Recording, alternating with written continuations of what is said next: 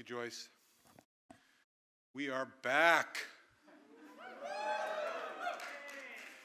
It is such a pleasure to welcome you all today to the 220th Convocation of Bowdoin College. We begin with an invocation by the Reverend Eduardo Paso-Palmas, Director of the Rachel Lord Center for Religious and Spiritual Life. I ask if you could remain standing during the invocation and during the musical playing of America the Beautiful. Because of COVID and our being masked today, we're not going to be singing, as you can imagine, but I would ask you to consider the importance of each of the two pieces of music, America the Beautiful, and at the end, our alma mater, which we will also not be singing, the importance to you as we play those musical pieces. Eduardo?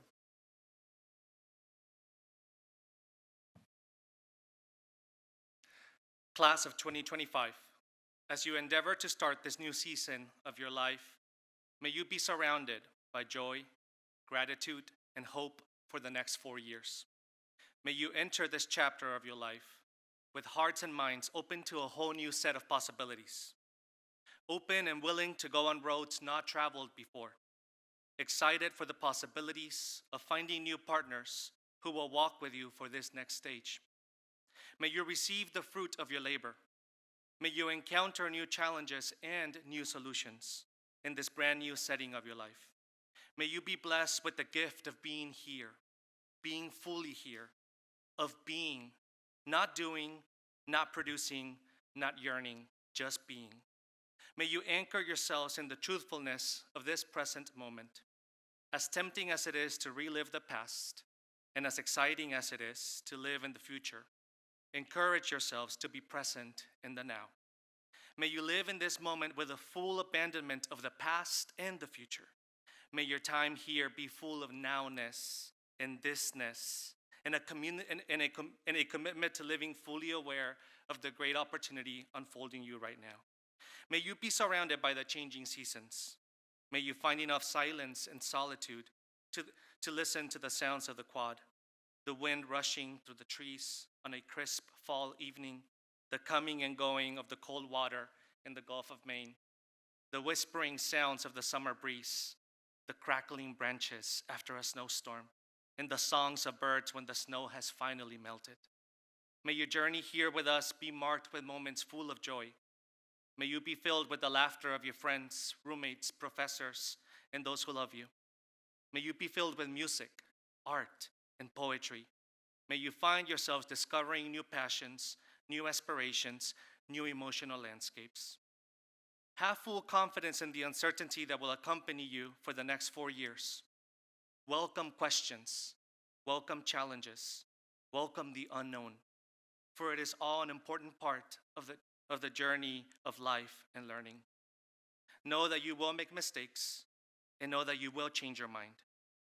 Things you thought you knew for certain will suddenly seem more complicated. During these times and more, extend yourselves patience and grace to accept all of who you are and all of who you're becoming. May joy, gratitude, and hope be with you wherever you go.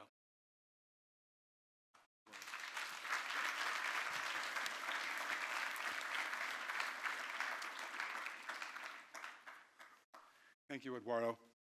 I'd like to now invite Julia Duvall and Paris Wilson, two violinists from the class of 2023, to the stage to perform America the Beautiful.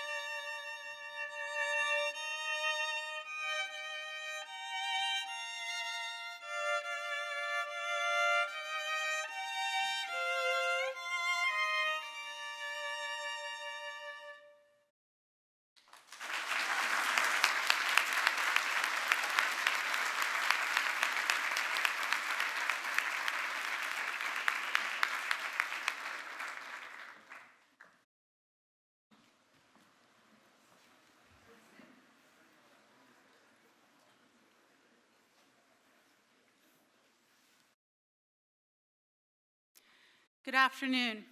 My name's Janet Lohman, and I'm the Senior Vice President and Dean for Student Affairs here at Bowdoin. Today, I get to share with you voices from Bowdoin's past. In the spring of 1969, the report on the Study Committee on Underclass Campus Environment, also known as the Pierce Report on account of the committee chair, William Pierce, class of 1928, discussed at length the admission of women undergraduates at Bowdoin. We propose that Bowdoin abandon its long-standing tradition as an all-male college because we do not believe that in the last third of the 20th century there remain any significant positive values to continuing this tradition. We feel it is difficult today to justify restricting the offer of a high-quality Bowdoin education to only one-half of an available student population.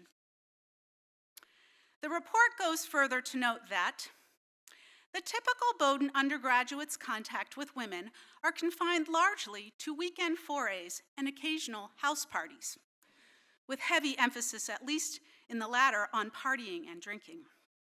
Such confinement seriously distorts, at a particularly impressionable stage of life, many a Bowdoin man's conception of what a young woman is and what the character of male-female contacts ought to be. The following year, on September 26, 1970, the governing boards of the college officially agreed to coeducation, beginning in the fall of 1971. To some, this was a long time in coming, particularly when one reflects on the fact that President Chamberlain, in his inaugural address 99 years earlier, in 1872, advocated for coeducation at Bowdoin, saying, "Women too should have part in this high calling, education, because in this sphere of things, her rights, her capabilities, her offices, her destiny are equal to those of man.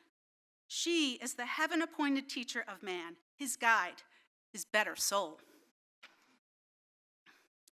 While coeducation wouldn't arrive for nearly a century after Chamberlain first proposed it, the recognition that both men and women should have access to a Bowdoin education was fairly matter-of-fact in the early 1970s, according to Roger Howell, who was the president when the college made and implemented the decision. It is an important social factor that men and women are now drawn together in society in a far different way than was the case when Bowdoin was established as an all-male college. The pressure to achieve greater equality was steadily mounting, and Bowdoin recognized it was necessary to adjust to this reality. While Bowdoin made the decision to admit women in the class of 1971, it should be noted that the class of 1970 did have a female student. Susan Jacobson came to Bowdoin in the fall of 1969 as part of a newly formed 12-college exchange program. She had completed 2 years at Connecticut College and arrived at Bowdoin as part of a program that had Bowdoin students going off to other schools and new students arriving in Brunswick. Susan, a Mainer, was the daughter of a Bowdoin graduate, Payson Jacobson, of the class of 1940. Her uncle, Mitchell Jacobson, graduated from Bowdoin in 1946. When Susan was 5 years old, she told her father she would graduate from his alma mater. "There is a slight problem," Payson Jacobson remembered saying to his daughter. But when the opportunity arose to be at Bowdoin, even for a year, Susan sought it out. After her junior year was completed, she was granted the option to stay at Bowdoin for the fall of her senior year, with plans to return to Connecticut College for her last semester. But when the vote to go coeducation happened in September, Susan went to Leroy Greason, then dean of the college and Bowdoin's future president. She asked to stay for the spring and be granted a Bowdoin degree. The statement she made when 5 would come true. Susan Jacobson not only graduated from Bowdoin, but she was also chosen as a commencement speaker in the spring of 1971. In her remarks, she noted, "A brief projection of Bowdoin's giant step forward in admitting coeducation into its fraternal order will allay some of the fears and negative attitudes of administrators, parents, students, including many of the people in today's audience. Many wild speculations as to what the co-eds will be like and much needless worrying stems from a failure to realize that these girls have wants, interests, and aims similar to the male contingent. Instead of viewing these women as invaders from another galaxy, one should and must accept them as a complement to the male student body. Bowdoin College will one day represent a harmonious microcosm in which male and female members work in complementary fashion to achieve overall unity and productivity. Finding one's place in an institution that had been all male for 169 years took some getting used to, and the college struggled to address the needs of women on campus. Whether it was the health center, bathrooms, women proctors, or the availability of athletic uniforms, the college found that in many instances, it needed to not only admit women, but to think carefully about how to best address the needs of this population. In 1971, the women's field hockey team became the first women's athletic team on campus and was coached by the college's first woman coach, Sally LaPointe. During its first year, the team played against Bates College and local high schools. Because the college didn't know which sports teams would develop with coeducation, there weren't any uniforms for the field hockey team. Instead, the team was provided old soccer uniforms from the men's team. Uniforms they would wear for 3 more years, until the college finally came up with proper field hockey gear for the players. A little over 30 years later, the 2007 field hockey team would win the NCAA National Championships. Dramatic progress in skill and success, not to mention uniforms. Next year, it will be 150 years since Joshua Lawrence Chamberlain startled his inauguration audience by suggesting coeducation in an address titled The New Education. And this year, we mark 50 years since his vision was realized. The celebration begins later this month. Be well, and thank you for listening.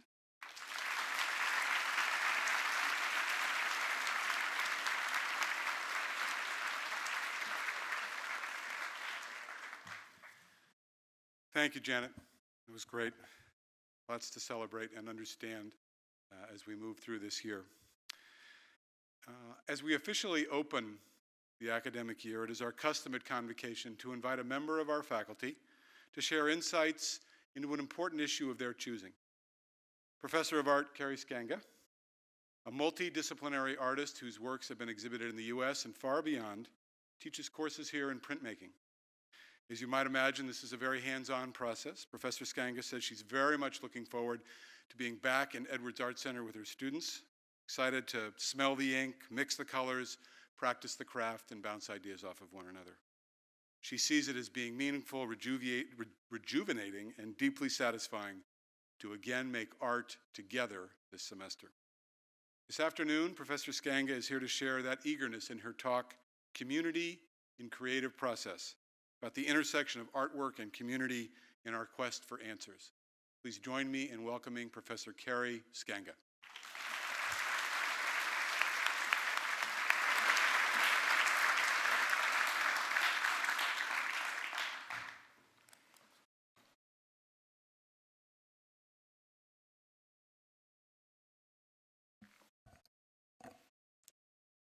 Thank you, President Rose, and thank you to our community of students, faculty, and staff for the opportunity to address you today. As we return to in-person learning, teaching, and living this year, many of us have a heightened awareness of community. We may be questioning how we'll find it, understand it, or rejoin it after a period of isolation. And artworks that engage audience participation may provide us with a useful perspective. Because these works invite viewers to actively shape the art, they can help illuminate the nuances of community and offer guideposts as we chart this extraordinary academic year.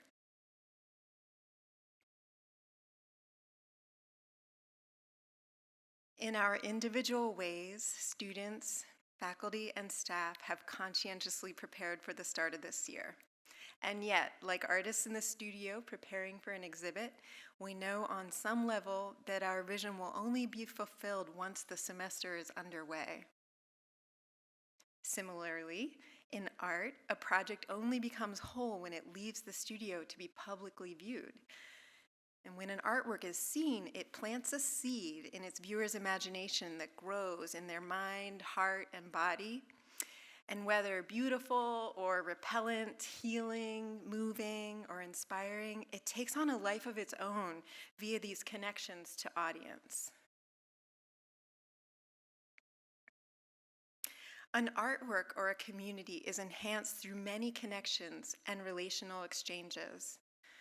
The richness of a community emerges from the complex behavior of many interacting components during instances of exchange between generators and receivers. Since there's no single brain, but rather many independent operators at work, the defining vision for all of us is still unknown and the outcomes are unpredictable.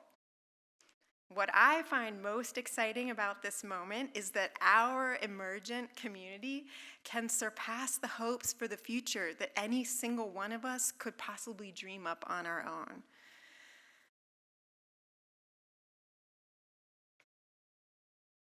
So a couple of years out of college, little me, I made this piece called Existing Impossibility.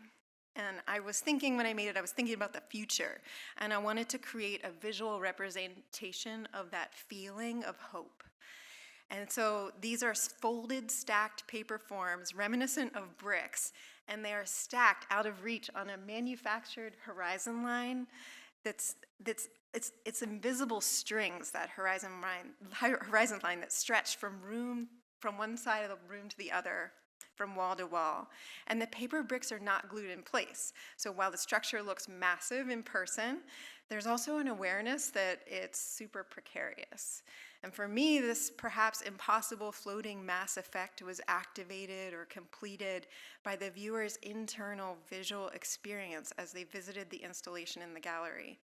Upon seeing this piece, a viewer could have chosen to embrace that illusion of the golden stack hovering in the distance by participating in that sleight of hand in their mind. 10 years later, I began rethinking the merits of hope.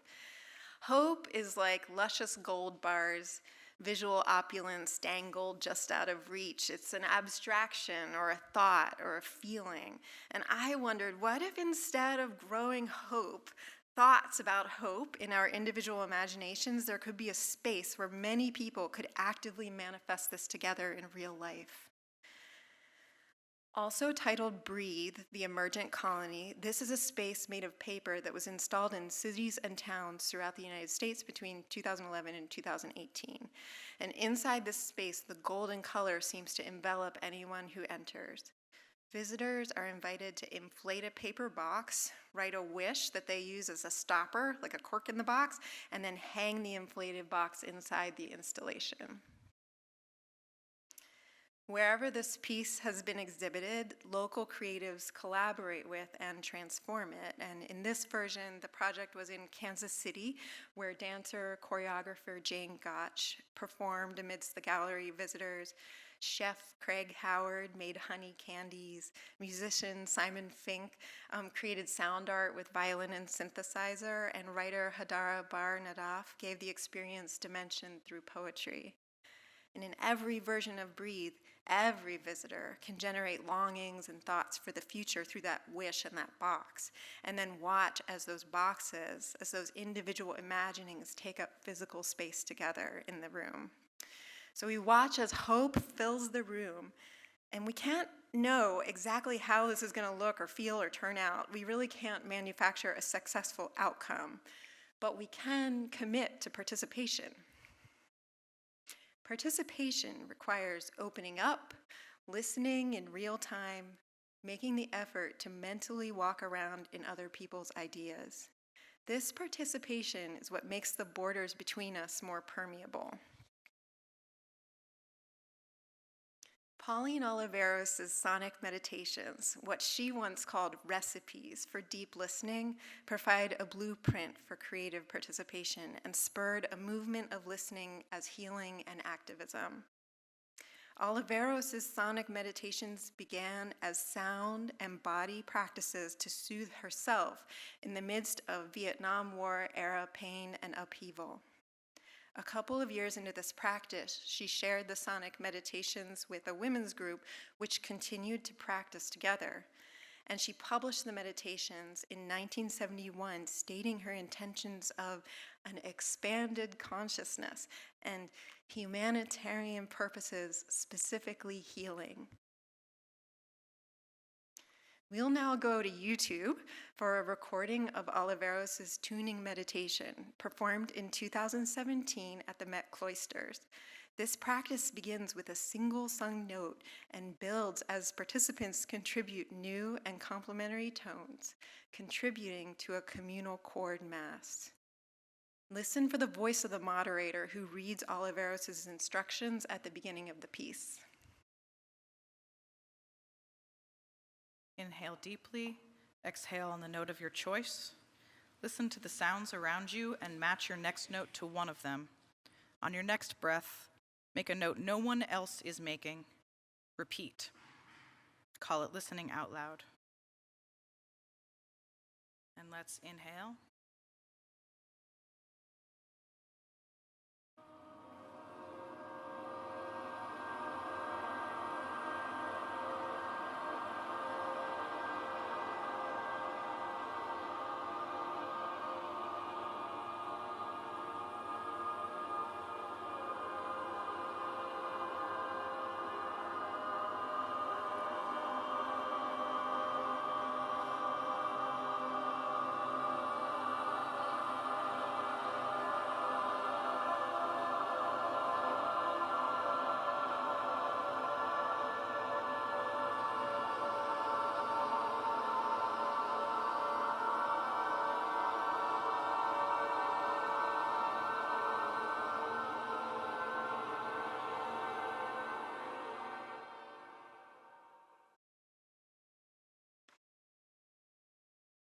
Participatory artwork can enhance and transform how we think about the public.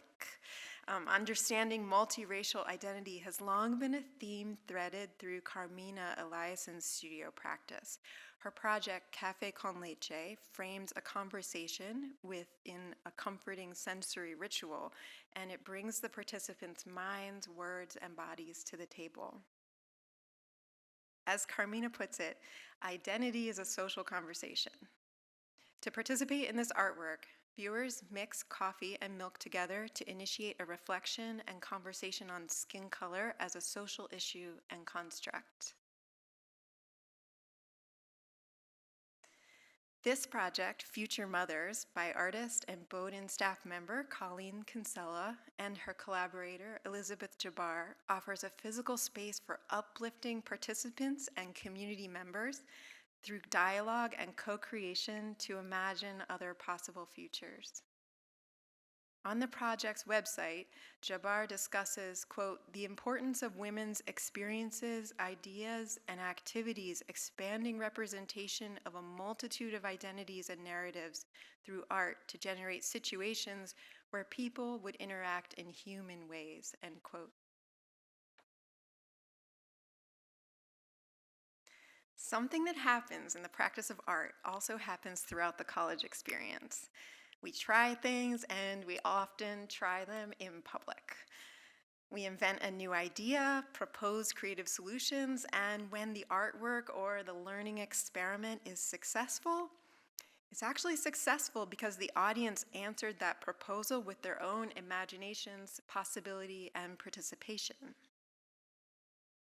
In college, y'all will taste the critical process of several disciplines, and you'll pick a major and become versed in the critical analysis of your major area.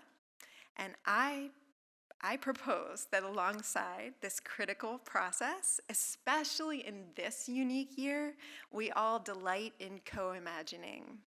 Co-imagining is my word for uninhibitedly, fearlessly generating ideas, proposals, pathways, trajectories, and possibilities.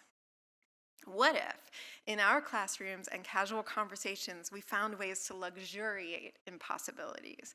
What if we could suspend critique just for an extra moment and allow for the existence of many possibilities limited only by our collective imaginations? If we each can generate possibilities as we also receive and uplift one another's possibilities, we will surpass our own individual hopes for the future. At this moment in time, we can't really know what to hope for. We can't predict what the successes of this year will be, because today we are at the beginning of this new emergent Bowdoin community. We can only commit to participation and then watch as our imaginings coalesce. Participating could be fun, and it could feel equally awkward or raw. We can consider these as an artist would risk bringing a new artwork out of the quiet studio and into the world. Trust the audience to complete the artwork. Trust co-imagining as an answer to individual solitary hope. Here's to our emergent community and rich participation and co-imagining at Bowdoin this year. Thank you.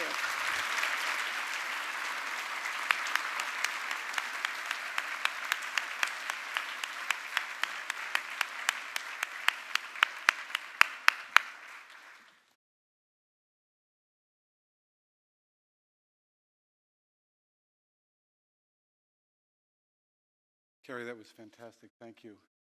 And to our first-year students, I would encourage you to think about and talk about what you've heard from Professor Skanga and try to internalize what is incredibly rich material to some extent. And I'll offer an invitation to visit you when and if they're so motivated. But it's a treat, and you should make yourself should try to make yourself take me up on that offer. As I said at the start, it is so good to be here with you all together to begin our 220th year. I want to begin by thanking my faculty and staff colleagues and those who are watching for your amazing work, your dedication over the past year and a half. I know how difficult, challenging, and exhausting this time has been. But you have made it possible for all of our students to receive a great Bowdoin education in an historic and incredibly challenging moment. And it is your work that has brought us here today, back together on campus, full, in person, and the prospect of a much more normal year.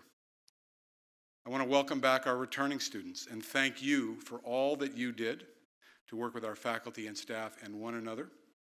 I know how incredibly difficult the year was and how much you missed.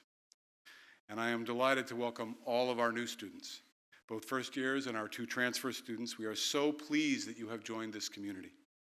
I know how difficult it was for you last year, navigating your way through the end of high school, the college application process, and did so under incredibly trying circumstances, where you also missed so much. A word on SARS-CoV-2, the coronavirus. It will be with us for the foreseeable future, and it's something we're going to have to learn how to live with. We'll need to be flexible and to make public health adjustments as necessary. The work of science over decades has allowed for the development of vaccines that are incredibly effective at keeping us from getting sick, from becoming hospitalized, and from dying. This is a true human triumph due to the persistent dedication of so many in science over so many years. And sadly, on the flip side, there is much that is lacking in the use of vaccines in our society and around the world to their fullest extent. The politicalization of vaccines and public health imperatives, the inexplicable willingness to believe myths and conspiracy theories, and the inability thus far to deliver the vaccine to the developing world. All that said, I know that we will navigate our way through this, and that here at Bowdoin, we will do everything we can to keep one another safe. Now, class of 2025, our 522 first-year students and our 2 transfer students, you made it. Today is the start of a remarkable journey, and I want to turn directly to all of you and share with you some thoughts on this journey and your time here. Now, a long, long time ago, I was also a first-year college student. And I arrived really having no idea what I would study or where it would lead me, but I was super excited to be in college. I was also wondering whether I had what it took to keep up with these incredibly smart, extraordinary students that were surrounding me. In my first year, I took chemistry, probably with some vague notion that I would focus on pre-med. And I still vividly recall the morning that we received back our first test, C+. I was very unhappy, and it added significant fuel to the insecurities that I was already feeling. So I returned to my dorm, test in hand, head down, to find a letter from my grandmother. She was one of the sweetest people in the world, and if you looked up Jewish grandmother in the dictionary, she was there as the exemplar of that stereotype. My brother and I were devoted to her, and we could do no wrong in her eyes. In her letter, she told me that everyone in the family was so proud of me and that she knew that I was going to do great things in college. On the one hand, I had the test, I had her letter. It was a double gut punch in the matter of an hour. Now, in the movie version of this story, I pull up my socks, I buckle down, I become an ace chemistry student, and I go on to become a world-renowned doctor or scientist. Not so much. Despite working hard, I struggled through chemistry all year. In labs, I was fundamentally hopeless. I could never generate enough precipitate to actually do the experiments properly. I received B's, was never an ace, and in class or in lab, I would look around and I just knew that the rest of the students were crushing it. But of course, that wasn't true. Virtually every one of them was working incredibly hard. Many were struggling, and those that weren't struggling in chemistry had the same sets of issues in other courses. Now, while science wasn't really my strong suit, I was amped for humanities and social science. That was my sweet spot. In my first term humanities class, something that's akin to our first year seminar, I got my butt kicked. My papers were a sea of red comments, as they should be. My writing was not good enough, not nearly. The corrections and the criticisms were very tough for me to swallow, but they were spot on, and they were given to me with the singular purpose of helping me to learn and to be better. So, why do I share these old guy stories from the distant past with you today? I loved college. I absolutely loved it. And I received an amazing liberal arts education. It shaped me in all kinds of powerful ways that have made me who I am today and allowed me to do many of the things that I've been able to do. And to this day, I remain incredibly grateful to my faculty who were so dedicated to their craft and so patient with me. But obviously, from the get-go, it was not all unicorns and rainbows. And so when I hear college described as the best 4 years of your life, I worry a bit about how this message is received by all of you and internalized. I know you're excited to be here at Bowdoin and to be starting college, and Bowdoin will be great for you. I have zero doubt about that. But it needs to come with a dose of reality about your expectations of what will happen and your expectations for yourself. As many of you have heard me say, some in my office over the last couple of days as you've signed the matriculation book, a Bowdoin liberal arts education will help you to develop the ability to think critically, to reason well, to communicate, to learn over your lifetime, to collaborate, to be intellectually nimble. And you'll gain powerful knowledge and insights into your chosen areas of study. You'll experience many new things here, meet people who are very different from you, form lifelong bonds with some of them. And you will become a part of this special place, and you will make Bowdoin better. And in all of this, a Bowdoin liberal arts education and experience prepares you in three powerful ways. It prepares you in a very selfish way to live a life of meaning by better understanding the natural, social, political, cultural worlds and the issues, challenges, and opportunities that we face. It prepares you to participate thoughtfully in civic life, something we need now more than ever. And it prepares you for both success and satisfaction in your chosen career or careers. Now that is pretty awesome. But all of this takes hard work, perseverance, and help from others, and the path is never, ever straight. Now make no mistake, college will be fun and exhilarating. It'll be filled with friendship and camaraderie, the opportunity to take responsibility for yourself and make your own decisions, the opportunity to work and play with an amazing group of students and in an amazing group of faculty, staff, and alumni. Our faculty and staff are devoted to you and to your academic and personal success and growth. Your teachers will challenge you and push you. They'll also support and mentor you. The staff will encourage you to take responsibility for yourself while at the same time helping you to think through the issues and manage through sticky situations. There will be work you will find incredibly hard, mistakes you will make academically and socially. You will doubt yourself. You look at others from different backgrounds and wonder, how do I build common bridges? You may well suffer heartbreak in friendships and love, and you will wonder why you are the only one wondering about these things. Please, Hear me. You are not. Far from it. This is part of college for everyone and part of the 4 years that you will spend here. Now, you're thinking at this point, this guy is such a buzzkill. Not so. In fact, just the opposite. In offering these insights into the reality of college, it's to help you recognize that the day-to-day issues, challenges, questions are all part of it, and that dealing with them successfully in some cases, not so much in others, is part of what makes college great and important and so deeply meaningful for so many of us for the rest of our lives. So please do not wonder why every day is not the best. Don't wonder why you're the only one wondering. You're not. Do not pay attention to the toxic fiction of social media where everyone else is living a life of rainbows and unicorns. They are not. And please, please do not deal with the challenges, the issues, the doubts, the anxieties by yourself. We are a community. We have one another. And we have among the best resources of any college in the world to help you, academically, socially, mentally, physically, whatever. My humanities class was not the exception. It was the norm. My papers were constantly critiqued throughout my college career. The good news? I got better. I became a halfway decent writer. I still work hard at it. I take the lessons from those days with me every time I sit down to write something. I've never regretted taking chemistry. It taught me a lot about myself, helped me to understand where my passions lie, helped me to understand the power of science and to see the world through a specific kind of lens and to appreciate the remarkable skills and passions it takes to be a great scientist. Let me leave you with a final story. One night, I was in the library writing a paper for a course that I have long forgotten.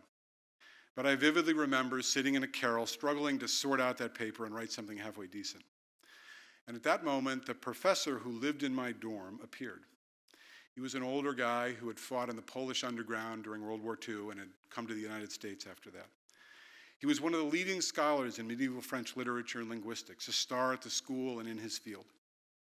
He leaned over my carrel and he said, Mr. Rose, you're writing a paper. Because I said, yes. And he said, writing is like giving birth to a hippopotamus. And off he went. And there it was, one of the very best teachers on campus, and in a very funny and very kind way, telling me to go easy on myself, that writing is hard for everyone, including him. Bowdoin is a journey, one that starts now and it lasts the rest of your life. Pace yourself. Give yourself room to grow, to change your mind and to make mistakes. Give yourself grace and give support to those around you as they do the same. If you do these things, these will be among the best 4 years of your life. And with that, I declare the college open.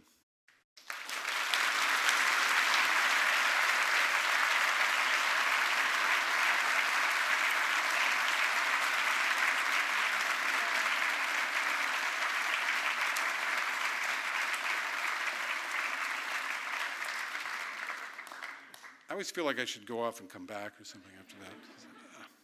So following Convocation, I invite faculty and staff to the lawn on Cleveland House to welcome the new faculty and staff to Bowdoin College. For our students, the annual Lobster Bake takes place at 5 p.m. behind Farley Fieldhouse. I want to thank Joyce Moulton and Julia Duvall, Paris Wilson, both of the class of 23, for sharing their incredible talents with us, and invite Joyce back to the piano to play us out with a recessional that begins with our alma mater, Raise Songs to Bowdoin. As I said, we will not be singing it today. I would ask you to please stand if you are able and remain at your seats until the recessional has left the theater. Thank you.